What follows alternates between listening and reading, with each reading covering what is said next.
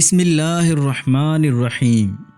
السلام علیکم سامعین، اس ویڈیو میں نکاح سے متعلق 3 ضروری مسائل کو بیان کیا گیا ہے۔ نمبر 1، اگر ایک سے زیادہ بیویوں میں برابری اور انصاف کرنے کی صلاحیت نہ ہو تو دوسرا نکاح جائز نہیں۔ نمبر 2، بیویوں میں برابری نہ کرنا کبیرہ گناہ ہے۔ نمبر 3، بیویوں میں برابری قائم نہ کرنے پر وعید۔ اگر ویڈیو پسند آئے تو لائک اور شیئر ضرور کریں، اور مزید اسلامی مسائل کو سمجھنے کے لیے چینل کو سبسکرائب کریں اور بیل کے آئیکن پر کلک کریں تاکہ آپ کو ہر آنے والی نئی ویڈیو کا نوٹیفیکیشن مل سکے۔ نمبر 1، ایک سے زائد بیویوں میں انصاف اور عدل پر قدرت نہ ہو تو صرف ایک ہی بیوی پر اکتفا کیا جائے۔ اللہ تعالیٰ نے 4 بیویوں کی اجازت دے کر فرمایا، ترجمہ: تم کو اس کا خوف ہو کہ عدل نہ کر سکو گے تو ایک ہی بیوی پر بس کرو، یا جو کنیز یعنی غلام شرعی اصول کے مطابق تمہاری ملکیت میں ہو اس سے گزارا کر لو۔ اس سے معلوم ہوا کہ ایک سے زیادہ نکاح کرنا اسی صورت میں جائز اور مناسب ہے جبکہ شریعت کے مطابق سب بیویوں میں برابری کر سکے اور سب کے حقوق کا لحاظ رکھ سکے۔ اگر اس پر قدرت نہ ہو تو ایک ہی بیوی رکھی جائے۔ زمانہ جاہلیت میں یہ ظلم عام تھا کہ ایک شخص کئی بیویاں رکھ لیتا تھا اور بیویوں کے حقوق میں برابری اور عدل کا مطلق خیال نہ تھا۔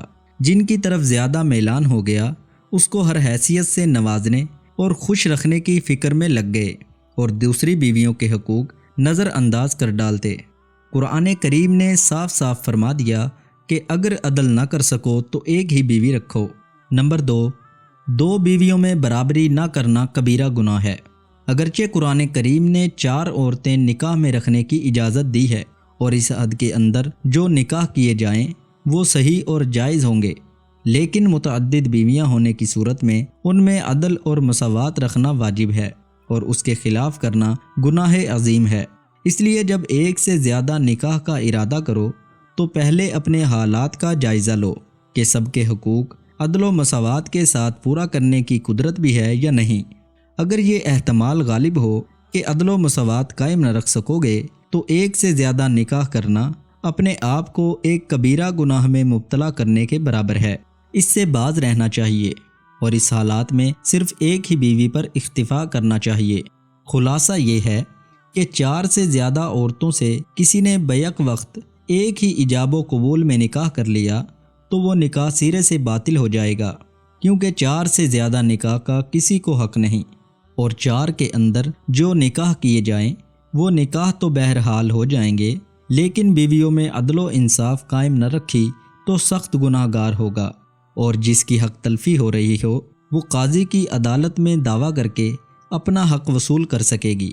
رسول اکرم صلی اللہ علیہ وسلم نے سب بیویوں کے درمیان پوری مساوات اور عدل کی سختی سے تاکید فرمائی ہے اور اس کے خلاف کرنے پر سخت وعیدیں سنائی ہیں، اور خود اپنے عمل کے ذریعے اس کو واضح کیا ہے۔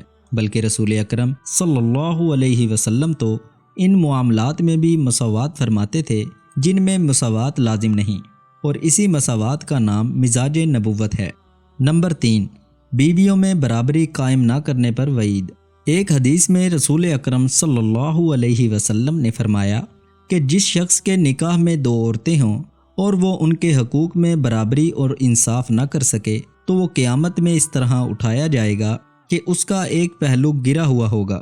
البتہ یہ مساوات ان کاموں میں ضروری ہے جو انسان کے اختیار میں ہوں، مثلا نفقہ میں برابری اور رات گزارنے میں برابری، اور وہ کام جن میں برابری انسان کے اختیار میں نہیں، مثلا قلب کا میلان کسی طرف زیادہ ہو جائے تو اس غیر اختیاری معاملے میں اس پر کوئی مواخذہ نہیں ہوگا، لیکن اس دل لگی اور فطری میلان کا اثر اختیاری معاملات پر نہ پڑے۔ رسول اکرم صلی اللہ علیہ وسلم نے خود بھی اختیاری معاملے میں پوری مساوات قائم کرنے کے ساتھ حق تعالیٰ کی بارگاہ میں عرض کیا، اے اللہ، یہ میری برابری والی تقسیم ہے ان چیزوں میں جو میرے اختیار میں ہیں۔ اب وہ چیز جو آپ کے قبضے میں ہے، میرے اختیار میں نہیں ہے، اس پر مجھ سے مواخذہ نہ کرنا۔ ظاہر ہے کہ جس کام پر حضور اکرم صلی اللہ علیہ وسلم بھی قادر نہیں، اس پر کوئی دوسرا کیسے قادر ہو سکتا ہے؟